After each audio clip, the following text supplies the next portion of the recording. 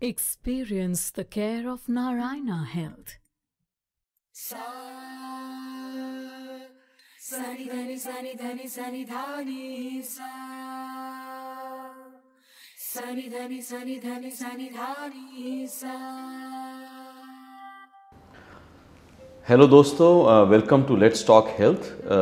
Narayana health का एक छोटा सा इनिशिएटिव आपकी बेहतर हेल्थ की तरफ, और आज हम इस जर्नी में 15th एपिसोड में पहुंच गए हैं आप सब लोगों के सपोर्ट के साथ। आज हम एक मॉडर्न और टेक्नोलॉजिकल एडवांस टॉपिक जिसको कहते हैं उस पर बात करेंगे, वो है रोबोटिक सर्जरी। और आज हमारे साथ बात करने के लिए जुड़ी हैं डॉक्टर सतिंदर कौर, जो कि Dharamshila Narayana super speciality hospital में सीनियर कंसल्टेंट एंड डायरेक्टर हैं गायनेक ऑन्कोलॉजी में। So welcome to the show doctor Satinder, let's talk health. And इससे पहले कि हम आपसे कुछ बातें करें, अपने बारे में कुछ बताइए। Thank you, sir. Thank you for having me here. I am Dr. Satinder Kaur. I'm Senior Consultant and Director Gynae Oncology, Dharamshila Narayana Super Speciality Hospital. I did my basic training in MD Gynecology, and after that I was trained in Tata Memorial Hospital, Mumbai. Done my fellowship in Gynae Oncology from Tata Memorial. I was there for 3 years. And since then, since last 10 years, I am associated with this hospital. And over that time, we have definitely, as Gynae Oncology has developed all over India. This branch was not known in India as a country itself. But along with the development of this branch in whole of India, we have also developed. As of now, we have a separate Gynae Oncology department. We have DNB Gynae Oncology, and we are doing all sorts of open, laparoscopic and robotic advanced surgeries in gynec cancers. बहुत खूब। सबसे पहले तो बहुत बहुत बधाई and congratulations, you are the first doctor in Dharamshila Narayana to do the robotic surgery. So बहुत बहुत बधाई हो इसके लिए। सो डॉक्टर साहब, क्योंकि हम बेसिक नॉर्मल क्वेश्चंस पूछते हैं पब्लिक की जानकारी के लिए, रोबोटिक सर्जरी जो आजकल इतनी जिसके बारे में चर्चा हो रही है, ये पेशेंट को कैसे बेनिफिट करती है, इसके बारे में ज़रा बताइए पहले। सो रोबोटिक सर्जरी बेसिकली एक कॉम्बिनेशन है ओपन सर्जरी का और मिनिमली इन्वेसिव, यानी जो कि हम पहले लैप्रोस्कोपी के नाम से जानते थे, उन दोनों का।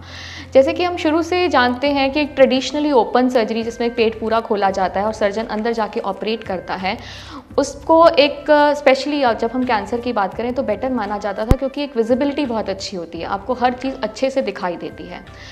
बट उसके बाद ट्रेंड आया लैप्रोस्कोपिक सर्जरी का, जिसमें कि हम 3-4 छोटे होल्स करते हैं और इंस्ट्रूमेंट्स के थ्रू उसके अंदर डॉक्टर वहाँ खड़ा होकर ऑपरेट करता है।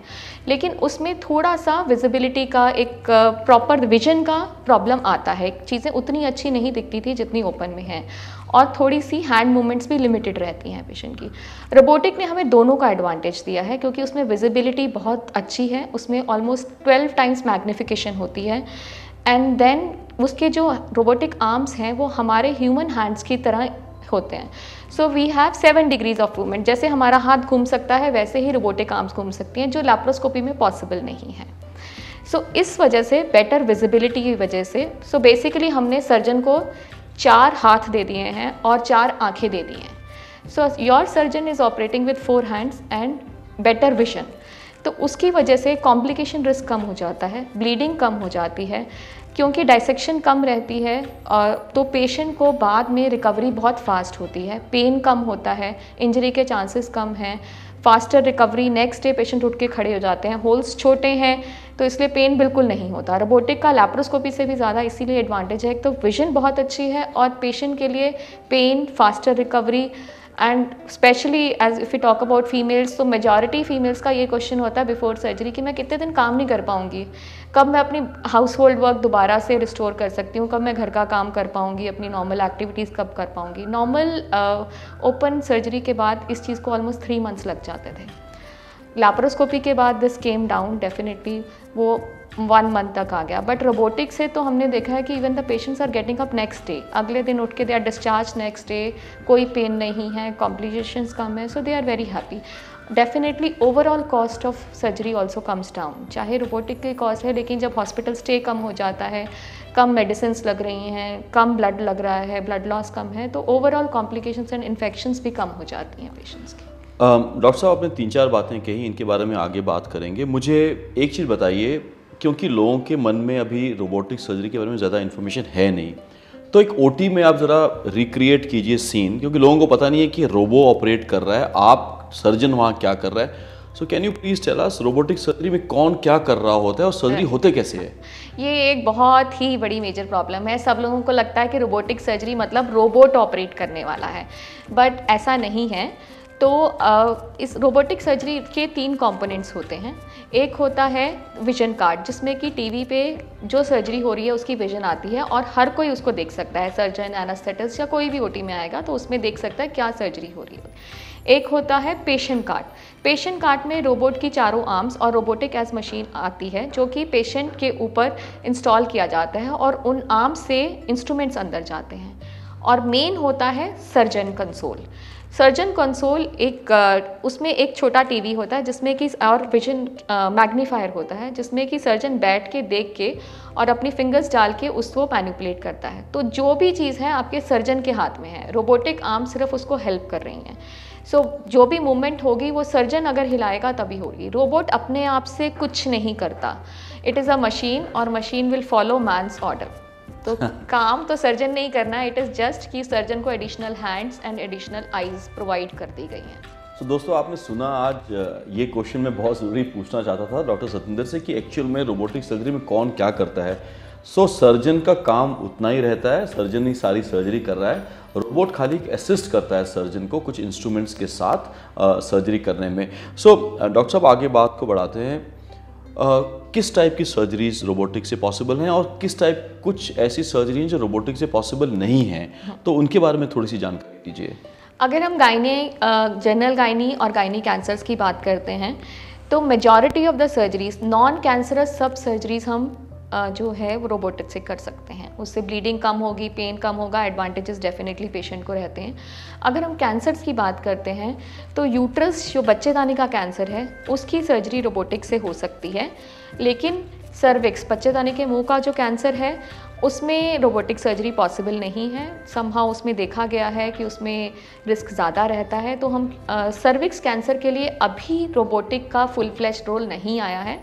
आने वाले समय में डेफिनेटली क्या रहेगा, क्योंकि ट्रायल्स चल रहे हैं, वो हमें बाद में पता लगेगा। फ़िलहाल सिर्फ यूट्रस का कैंसर के लिए डेफिनेटली रिकमेंडेड है रोबोटिक सर्जरी। ओवरी के पेशेंट में कुछ केसेस में ही हम कर सकते हैं robotic surgery, but major role uterine cancer और नॉन कैंसरस कोई भी यूट्रस रिमूवल या डिफ़िकल्ट सर्जरी है, जैसे स्पेशली इट हेल्प्स जो प्रीवियस सर्जरीज जिनकी बहुत सारी हुई होती हैं, पहले सिजेरियंस हुए हैं या एंडोमेट्रोसिस है, डिफ़िकल्ट सर्जरीज में रोबोटिक का बहुत अच्छा रोल है। और ओबीज पेशेंट, हमारे मेजॉरिटी फीमेल्स जो ओबीज होती हैं, लाइक वी नॉर्मली गेट जिनको 120-130 किलो वाले पेशेंट्स, जिसमें सर्जरी, ओपन सर्जरी करना या लैब करना भी मुश्किल रहता है, ऐसे पेशेंट्स में रोबोट इज़ रियली हेल्पफुल। दोस्तों जैसे कि आपने डॉक्टर सतिंदर से सुना रोबोटिक सर्जरी के बारे में, और धर्मशिला नारायणा में अब रोबोटिक सर्जरी शुरू हो गई है। अगर आप डॉक्टर सतिंदर से इस बारे में और बात करना चाहते हैं, उनसे कंसल्ट करना चाहते हैं, जो आपकी स्क्रीन पे ये QR कोड है, इससे NH केयर ऐप डाउनलोड कीजिए, डॉक्टर सतिंदर से अपॉइंटमेंट लीजिए, वीडियो कंसल्ट कर सकते हैं, और www.narayanahealth.org पे जाके भी आप डॉक्टर सतिंदर से कंसल्टेशन, वीडियो कंसल्टेशन, उनसे और मशवरा ले सकते हैं और इस बारे में जानकारी आप ज़्यादा ले सकते हैं रोबोटिक सर्जरी के बारे में। डॉक्टर सतिंदर, ये आपने थोड़ा सा टच किया था फिनेंस के ऊपर या पैसों के ऊपर। तो ज़्यादातर धारणा मैंने जो पेशेंट से सुना कई लोगों से कि रोबोटिक सर्जरी बहुत कॉस्टली होती है और ज़्यादा कॉस्ट होती है। ये आप ज़रा इसके बारे में कुछ और बताइए कि आपने कहा कि रोबोटिक सर्जरी ओवरऑल कॉस्टली नहीं होती, पहली बात तो उसके बारे में। और धर्मशिला नारायणा हॉस्पिटल में जब आपने अभी ऑलमोस्ट आई थिंक 10 सर्जरीज कर ली हैं रोबो के साथ, तो आप क्या कर रहे हैं इसका कि कॉस्ट जो पेशेंट को कम आए? धर्मशिला एज जैसे कि मैंने पहले बोला, क्योंकि पेशेंट का स्टे कम हो जाता है, usually patient next day discharge हो जाते हैं, एंटीबायोटिक्स कम लग रही हैं और मेडिसिन कम लग रही हैं, तो ओवरऑल ब्लड ट्रांसफ्यूजन रेट कम हो जाता है। तो ओवरऑल एक्सपेंस रोबोटिक सर्जरी का डेफिनेटली, रोबोट के जो इंस्ट्रूमेंट्स हैं वो कॉस्टली हैं तो उसकी कॉस्ट आती है, बट ओवरऑल कॉस्ट पेशेंट को सेम आ जाती है, क्योंकि स्टे एंड ऑल एवरीथिंग कम हो गया. But as such in Dharamshila, because we have started this program and Dr. Devi Shetty has this mission, and since your all support is there, so we have started this program and we want to bring this robotic program to the masses. And so as of now we are giving the cost of robotic the same as for laparoscopic surgery. अच्छा, okay. So patient doesn't have to pay anything extra. The cost is absolutely the same. So I think that दोस्तों, जो doctor Satinder ने ये बहुत important बात कही कि taking robotic surgery to the masses, doctor Satinder ने कहा कि ज़्यादा से ज़्यादा लोग इस जो टेक्नोलॉजी के एडवांसमेंट है उससे फ़ायदा उठा सकें. और डॉक्टर सतिंदर ने 3-4 बातें पहले ये कही थी, कम ब्लड लॉस, हॉस्पिटल में कम स्टे, दर्द का कम होना, जल्दी से वापस चले जाना, ये सब बातें बहुत इंपॉर्टेंट हैं. सो मेरी आपसे ये रिक्वेस्ट रहेगी कि इस वीडियो को आप अपने बाकी भाइयों बहनों के साथ शेयर करें ताकि लोगों की नॉलेज बढ़े रोबोटिक सर्जरी की तरफ. और अगर किसी को डॉक्टर सतिंदर से बात करनी है तो मैंने आपको पहले भी बताया है. Doctor Satinder, you are a gynaec oncologist और आप लेडीज़ के साथ डील करती हैं, जैसे आपने पहले भी कहा. तो मुझे थोड़ा इसके बारे में थोड़ा और खुल के बताइए कि किस तरह से, थोड़ा और डिटेल में, कि how does robotic surgery benefit the ladies, what kind of patients should come to you, किस तरह से आप लोगों से आपके पास आएँ. और जनरल हॉस्पिटल्स में भी जाते हैं लेकिन ओपन सर्जरीज कराने की बजाय आपसे आएँ. तो मुझे एक मैसेज मैं चाहता हूँ कि आप लेडीज़ को ये ज़रूर दें कि how is robotic surgery very very important for ladies. So I think for any surgery the most important thing is right doctor. अगर आप right डॉक्टर के पास जाओगे तभी आपको right ट्रीटमेंट मिलेगी.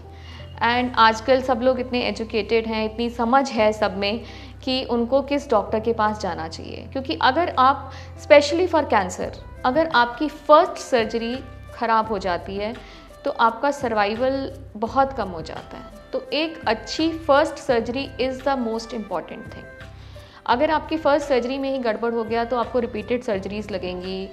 और क्योंकि general gynaecologist specially cancer surgeries या डिफ़िकल्ट सर्जरीज़ और रोबोटिकली या नहीं कर पाते हैं तो वो यूजुअली ओपन करते हैं इन केसेस में. तो ओपन की definitely complications, long term side effect ज़्यादा रहते हैं. एंड मैनी टाइम्स ये ओपन सर्जरीज़ भी इनकम्प्लीट होती हैं. और हमें फिर जब पेशेंट बाद में हमारे पास पहुंचते हैं, कैंसर स्पेशलिस्ट के पास पहुंचते हैं, तो हमें कितनी बार पेशेंट को दोबारा ऑपरेट करना पड़ता है. सो एक नॉर्मली जब पेशेंट ये वर्ड सुनते हैं कैंसर का तो उनको होता है कि बस जल्दी से ट्रीटमेंट हो जाए. But I want to give this message कि इतनी जल्दी कुछ नहीं होता, हफ्ते 10 दिन में कुछ नहीं होता. You have to reach the right doctor for a right surgery and right treatment. So पहले एक प्रॉपर डायग्नोसिस बना के और फिर प्रॉपर ट्रीटमेंट हो तभी आपके लिए एडवांटेजेस रहेगा. और अगर आपकी right surgery, right mode of surgery भी होगी, वो भी बहुत इंपॉर्टेंट है. यानी जहाँ रोबोटिक की इंडिकेशन है, अगर आपको उसका एडवांटेज मिल सकता है तो आपको उसका एडवांटेज लेना चाहिए. आपको उसमें जल्दी नहीं करनी चाहिए कि मैं जल्दी से बस कुछ भी करवा लूँ, ऐसा नहीं होता है. सही डॉक्टर के पास जाके सही टाइम पे सही सर्जरी, सही तरीके से सर्जरी करवाना इज़ द बेस्ट अप्रोच. सो दोस्तों, जैसा कि हम कहते आए हैं, 5 क्वेश्चंस आपके जो कॉमन क्वेश्चंस होते हैं वो हम लेके चलते हैं. आज डॉक्टर सतिंदर ने इतनी अच्छी तरीके से हमको रोबोटिक सर्जरी के बारे में बताया. उन्होंने बताया कि रोबोटिक सर्जरी के क्या फ़ायदे हैं. उन्होंने ये भी बताया कि ऑपरेशन थिएटर के अंदर कौन क्या करता है, ये भी आपको जानकारी दी. उन्होंने रोबोटिक सर्जरी की कॉस्ट के बारे में बताया. उन्होंने ये भी कहा कि Dharamshila Narayana super speciality hospital Vasundhara enclave में जो है दिल्ली में, उनमें हमने सर्जरी की जो कॉस्ट है वो ऑलमोस्ट सेम रखी है लैप्रोस्कोपिक सर्जरी की. तो वो भी एक बात उन्होंने कही. उन्होंने ये भी बहुत ज़रूरी बात कही कि आप एक सही डॉक्टर के पास जब आप जाते हैं जो एक ऑन्कोलॉजी प्रिंसिपल्स को लेके चलते हैं, स्पेशली अगर गायनिक ऑन्कोलॉजी की बात करें, क्योंकि डॉक्टर खुद टाटा से जो एक बहुत ही फेमस इंस्टीट्यूट है, हमारे देश की प्रीमियर इंस्टीट्यूट है, उससे उन्होंने ट्रेनिंग की है. तो मेरी रिक्वेस्ट आपसे ये है कि अगर आप डॉक्टर सतिंदर से और बातें करना चाहें तो NH केयर ऐप जो आपकी स्क्रीन पे इस समय QR कोड है उसको आप डाउनलोड करें. www.narayanahealth.org पे जाके डॉक्टर सतिंदर के साथ आप वीडियो कंसल्टेशन कर सकते हैं, उनसे आके मिल सकते हैं, उनसे अपॉइंटमेंट बुक कर सकते हैं. लेकिन याद रखिए, सही डॉक्टर, सही ट्रीटमेंट. और रोबोटिक सर्जरी अब बहुत सारी ऐसी काम में असिस्ट करने लगे हैं जहाँ पे, जैसे आपको बताया, लेस ब्लड लॉस, हॉस्पिटल के अंदर कम स्टे, कम दर्द होना और जल्दी से जल्दी जो हमारी बहनें हैं वापस घर में जाके अपनी फैमिली के साथ रह सकती हैं।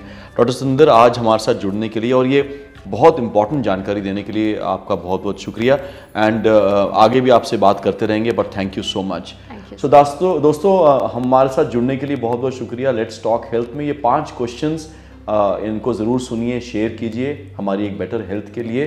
और अगली एपिसोड में हम लोग फिर से आपसे मिलेंगे। तब तक के लिए बहुत बहुत शुक्रिया। Thank you so much.